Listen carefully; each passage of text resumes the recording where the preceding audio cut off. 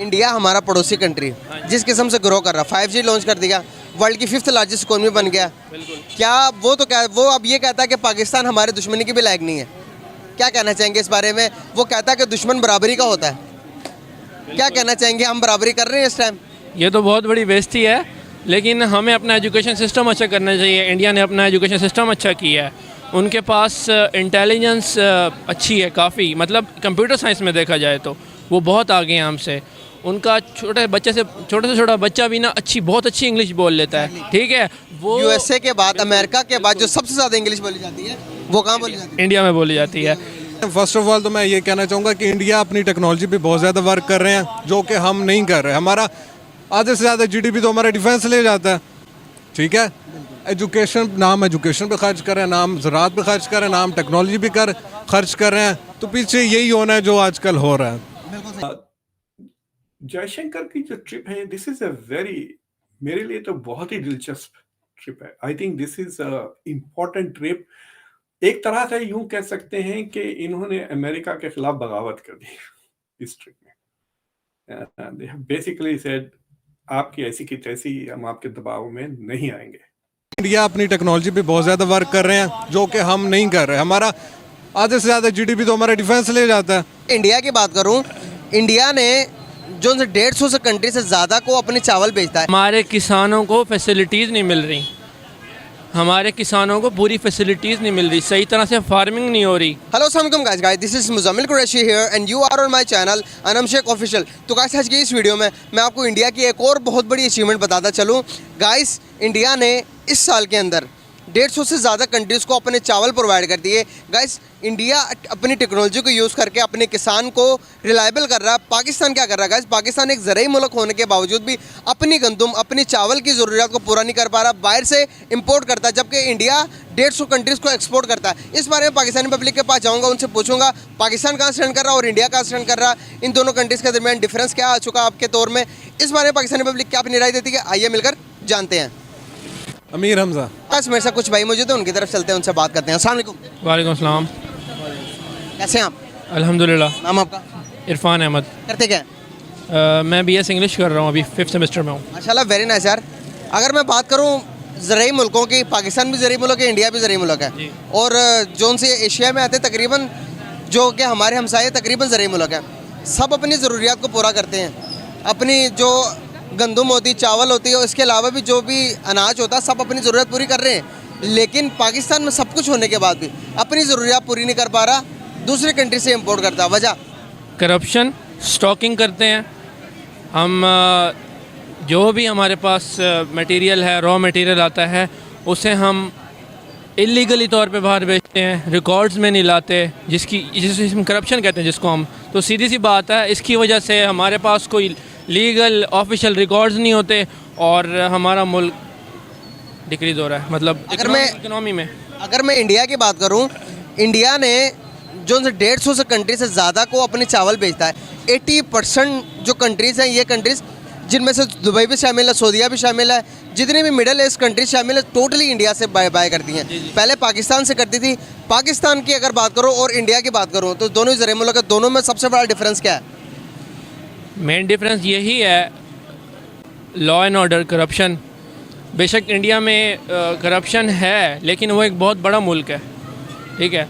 उसकी कुछ सिटीज़ हैं जिसमें अच्छा सिस्टम बनाया हुआ है उनके गवर्नमेंट्स ने, ठीक है, जिसकी वजह से आई थिंक उसमें करप्शन कम है। हमारे मतलब हम मुसलमान हैं बेशक, लेकिन एज अ मिनोसल कौम हम ना अच्छे नहीं हैं खुद।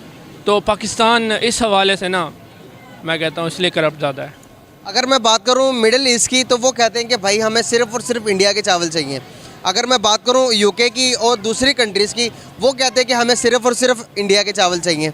क्या वजूहत है? उनकी टेक्नोलॉजी में कोई डिफरेंस है या उनको बनाने में डिफरेंस है? क्या वजूहत है? हमें प्रोडक्ट सेल करना नहीं आता। हमारे किसानों को फैसिलिटीज़ नहीं मिल रही, हमारे किसानों को पूरी फैसिलिटीज़ नहीं मिल रही, सही तरह से फार्मिंग नहीं हो रही, ठीक है। लोन्स प्रोवाइड नहीं हो रहे, गरीब है हमारा किसान। जब गरीब होगा तो फिर प्रोडक्शन कैसे अच्छी होगी, आप बताएं ना। आप सही बात है, सही कह रहे हैं हमने इमरान खान साहब की जब हुकूमत थी, इमरान खान साहब गए थे जी रशिया के पास, रशिया से कुछ साइन करवाए, कुछ ऑर्डर्स करवाए, इमरान खान साहब की हुकूमत गई तो वो ऑर्डर भी गए। क्या समझते हो, इंस्टेबिलिटी की वजह तो नहीं है कहीं हम दुनिया से बहुत पीछे हैं? पॉलिटिकल इंस्टेबिलिटी की वजह से ही पीछे हैं हम। अगर मैं इंडिया की बात करूं तो हम इंडिया से कितने साल पीछे हैं या आगे हैं? पीछे ही हैं, आगे तो बिल्कुल भी नहीं है, क्योंकि हमें बहुत सारी बैरूनी ताकतों में भी कभी आगे आना नहीं दिया। बैरूनी ताकतें जिसका मैं मानता हूँ, थोड़ा सा मैं ख़िलाफ़ भी हूँ इमरान खान के, लेकिन कुछ बैरूनी ताकतें हैं वाकई जो हमें ऊपर नहीं उठने दे रही, कुछ साजिशें भी हैं। आप समझते हैं कि बैरूनी ताकतें जैसे कि इंडिया और दूसरी कंट्रीज अमेरिका हमसे ज़्यादा स्ट्रॉन्ग है, बिल्कुल। इसीलिए वो साजिश करती हैं? हाँ, एक इस्लाम के नैरेटिव को देख के भी, क्योंकि रिलीजियस भी आ जाता है एस्पेक्ट। हमें क्या, आपको नहीं लगता कि हमें इतना स्ट्रॉन्ग हो जाना चाहिए कि उन सब के खिलाफ हमें साजिशें करनी चाहिए? बिल्कुल स्ट्रॉन्ग हो जाना चाहिए। हमारा लॉ एंड ऑर्डर स्ट्रॉन्ग होगा, हमारी पार्लियामेंट मजबूत होगी, ठीक है, वो अच्छा कानून बनाएगी, उस पर इम्प्लीमेंटेशन फिर हमारे जजेस करेंगे, अच्छे जजेस अपॉइंट होंगे, तो ही हो सकता है बेहतर। आने वाला फ्यूचर क्या लगता है पाकिस्तान का? बेहतरी दुआ ही करनी चाहिए, बस दुआ ही कर सकते हैं, क्योंकि अभी सब कुछ स्टेबल, आप हालात देख सकते हैं कि क्या हो रहा है, कि अटैक्स हो रहे हैं, हमारे लीडर्स पे हो रहे हैं और बड़ी साजिशें हो रही हैं, तो दुआ ही कर सकते हैं बस। इंडिया हमारा पड़ोसी कंट्री जिस किस्म से ग्रो कर रहा, 5G लॉन्च कर दिया, वर्ल्ड की 5th लार्जेस्ट इकोनॉमी बन गया, क्या वो तो क्या वो अब ये कहता है कि पाकिस्तान हमारे दुश्मनी की भी लायक नहीं है? क्या कहना चाहेंगे इस बारे में? वो कहता है कि दुश्मन बराबरी का होता है, क्या कहना चाहेंगे? हम बराबरी कर रहे हैं इस टाइम? ये तो बहुत बड़ी बेइज्जती है, लेकिन हमें अपना एजुकेशन सिस्टम अच्छा करना चाहिए। इंडिया ने अपना एजुकेशन सिस्टम अच्छा किया है, उनके पास इंटेलिजेंस अच्छी है काफ़ी, मतलब कंप्यूटर साइंस में देखा जाए तो वो बहुत आगे हैं हमसे। उनका छोटे से छोटा बच्चा भी ना बहुत अच्छी इंग्लिश बोल लेता है, ठीक है। वो USA के बाद, अमेरिका के बाद जो सबसे ज़्यादा इंग्लिश बोली जाती है वो कहाँ बोली जाती है? इंडिया में बोली जाती है, और वो हमारे पाकिस्तानी प्लेयर्स का मजाक उड़ाते हैं कि इस जैसी आपने, वो हमारा कौन सा प्लेयर है या जो आसिफ है, इस जैसी इंग्लिश बोलते हैं, तो उसका मजाक उड़ाते हैं कि भाई इस जैसी इंग्लिश बोल रही है। तो इसलिए हम इंग्लिश में भी, क्योंकि मैं खुद इंग्लिश का स्टूडेंट हूँ, तो मुझे इस चीज़ की कदर है। अगर मैं बात करूं विराट कोहली की, तो वो बंदा 9वीं फेल है, 9वीं क्लास से भाग चुका था अपने एकेडमिक एजुकेशन से, लेकिन वो उसकी फ्लुएंट इंग्लिश ऐसी है कि जिसके सामने मर्जी बोल लेता और बंदा इंप्रेस कर देता। बिल्कुल, उनकी शुरू से ग्रो भी ऐसे होते हैं, वो बेशक स्टडी ना हो लेकिन इंग्लिश उनकी रगों में है।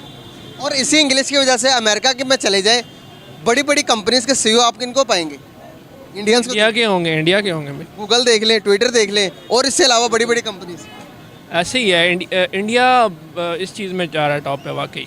हम कब जाएंगे?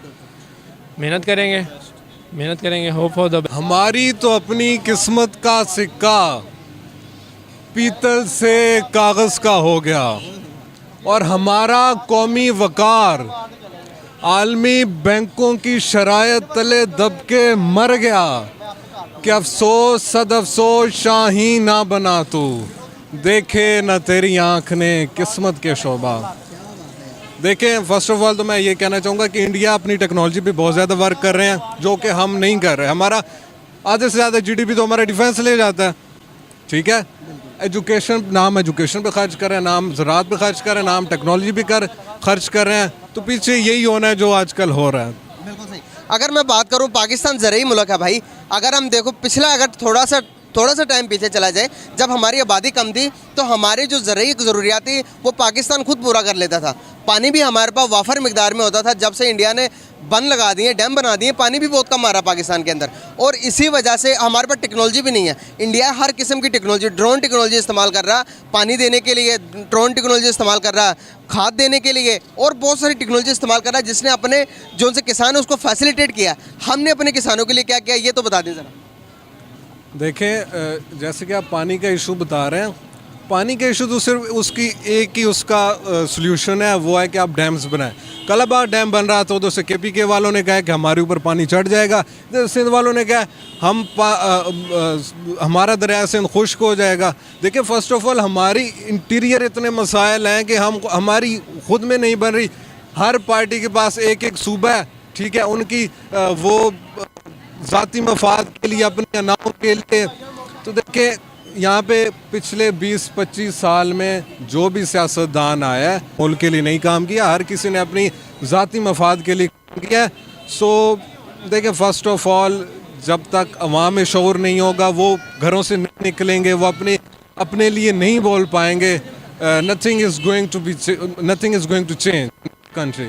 सो सबसे पहले हमें अपने गिरबान में झांक के देखना होगा, बाद में हम किसी और को ब्लेम कर सकते हैं, दोषी ठहरा सकते हैं। अगर मैं बात करूं, ज़रूरी मुल्क होने के बाद भी हम अपनी ज़रूरियात पूरी नहीं करते, बाहर से इंपोर्ट करते हैं। रशिया के पास गए इमरान खान साहब, मुआहदा किया, सस्ता चावल मिल रहा था, सस्ता गंदम मिल रहा था, लेकिन अनफॉर्चुनेटली जब हुकूमत चेंज हुई तो वो भी ख़त्म कर दिया।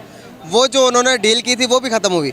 अभी अगर मैं बात करूं तो इंडिया के साथ अगर हमारी दोस्ती हो जाती है, सुलह हो जाती है, सुलहनामा साइन हो जाता है, तो आपको नहीं लगता कि लेना देना जो से इंपोर्ट के अंदर दूसरी कंट्री से मंगवाते हैं, ड्यूटी टैक्स बहुत ज़्यादा बढ़ जाता है, हमें ट्रांसपोर्ट का बहुत ज़्यादा खर्चा बन जाता है। अगर हम इंडिया के साथ करें तो क्या वजूहत लगती है? क्या आपको नहीं लगता कि बहुत सारे फैसिलिटेड होंगे दोनों कंट्रीज? बिल्कुल बिल्कुल, देखें अगर इंडिया के साथ हम अपने ताल्लुकात अच्छे कर लेते हैं, उनके साथ हमारी ट्रेड स्टार्ट हो जाती है, इससे फ़र्स्ट ऑफ ऑल एक तो हमारा ट्रैवलिंग का खर्चा बहुत कम होगा। उसके अलावा जिस तरह फिल्म इंडस्ट्री है, स्पेसिफिकली उनकी फिल्में हमारे यहाँ चलेगी, हमारी फिल्म इंडस्ट्री उनके यहाँ एक्टिव होगी, तो इसी बिल्कुल बहुत ज़्यादा फ़ायदा है। लेकिन ये पॉसिबल, देखिए अगर इंटरनेशनली देखा जाए, इसके साथ बहुत से ममालिक के मफाद जुड़े हुए हैं, तो ये अभी के लिए इट्स इम्पॉसिबल। क्या वजूहत है, क्यों नहीं हो सकता? है कि डॉक्टर जयशंकर जो रशिया उन्होंने ट्रिप किया, उन्होंने तो सीधा सीधा कह दिया, भाई ये जो रशिया से हम तेल ले रहे हैं ये हमारे लिए एडवांटेजेस है, हमें फ़ायदा पहुंच रहा है और ये इंडियन एडवांटेजेस के लिए है। सो आप क्या समझते हैं डॉक्टर जयशंकर का जो विजिट है रशिया का वो क्यों है? क्या ये बताने के लिए था कि हम वेस्ट के प्रेशर में नहीं आएंगे? ये मज़ीद ऑयल के लिए एक ओवरच्योर्स थे, डिप्लोमेटिक ओवरच्योर्स कि उनको विन ओवर करना कि हमें और कंसेशनल प्राइसेस पे ऑयल मिले, कि हम आपके लिए बड़ा प्रेशर फेस कर रहे हैं। So what is your take on this sir? Jaishankar की जो ट्रिप है, दिस इज अ वेरी, मेरे लिए तो बहुत ही दिलचस्प ट्रिप है। I think this is important trip. एक तरह से यूं कह सकते हैं कि इन्होंने अमेरिका के खिलाफ बगावत कर दी इस ट्रिप में। दे हैव बेसिकली सेड आपकी ऐसी की तैसी, हम आपके दबाव में नहीं आएंगे। ये clear signal.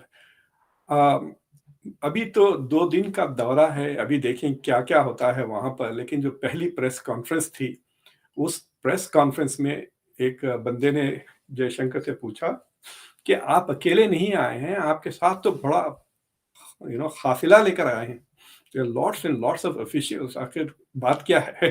he was saying। तो वो कह रहे हैं कि बेसिकली हमारे रशिया के साथ बहुत अच्छे ताल्लुकात है, historically we appreciate each other. ये प्रूवन फ्रेंडशिप लफ्ज इस्तेमाल कर रहे हैं वो बार बार, प्रूवन फ्रेंडशिप, कि हम जब मुश्किल में थे इन्होंने हमारा साथ दिया, ये जब मुश्किल है तो उन्होंने, he has taken a lot of officials with him who are going to engage with Russia in multi domains, यानी कई डिफरेंट एरियाज में इंटरेक्शन होगा। तो जो स्केड्यूल्ड मीटिंग्स है लावरोव के अलावा with the deputy prime minister या प्रेसिडेंट का जो भी रैंक है, who is in charge of trade, Denis कुछ नाम है उनका, डेनिस। तो 2 लोगों से मिल रहे हैं जयशंकर, और उनके जाने से पहले भी पुतिन ने बहुत तारीफें की इंडिया की। 2 बार उन्होंने कहा Indians are very talented and purposeful people और बहुत तरक्की करेगी India. So you can see के बहुत कुछ ही हो रहा है, राइट, इन दौरान। So it is a very serious thing, और it will be interesting to see कि जब ये मीटिंगें खत्म होती हैं, जो क्लोजिंग प्रेस कॉन्फ्रेंस होंगी, उसमें किस किस्म के अग्रीमेंट्स और अंडरस्टैंडिंग साइन होते हैं इस बार। That will become very interesting. It will show के commitments थोड़ा फाइन प्रिंट्स में देखना चाहिए कि पुराने एग्रीमेंट्स को फिर दोबारा तो नहीं दोहरा रहे हैं ये, या कोई जेन्युइनली नए एग्रीमेंट्स हो। दूसरी चीज ये है कि जयशंकर की ये ट्रिप से पहले फॉरेन मिनिस्टर जयशंकर की secretary of state Anthony Blinken से उनकी बात हो चुकी है। तो एक किस्म से यूं कहिए कि इंटरनेशनल गॉसिप ये भी है कि it is quite possible that India might be playing the role of peacemaker between Russia and Ukraine। दोनों मुल्क चाह रहे हैं कि हो सकता कि अगर विंटर पूरी तरह से सेट इन होने से पहले अगर सीज फायर हो जाए तो सीज फायर, मैं तो ये 1 महीने से कह रहा हूं कि India instead of playing on the back foot कि अमेरिका बार बार कह रहा है कि आप रशिया से तेल क्यों खरीद रहे हो, ये कर, इंडिया के लिए अमेरिका ने खुद एक वैक्यूम क्रिएट कर दिया इंटरनेशनल स्फीयर में by not taking the role of the peace maker. उन्होंने वो जगह छोड़ रखी है। And no other country has the, क्या बोलना चाहिए, द स्टैचर। टर्की ने ट्राई करा लेकिन वो वीट ट्रेड की हद तक था, उससे ज्यादा नहीं हो सका। राइट, आपको याद होगा 3-4 महीने पहले टर्की ने पीस नेगोशिएशंस भी होस्ट किए थे, लेकिन वो दोनों पार्टीज मिल नहीं सके, टर्की में अलग अलग आए।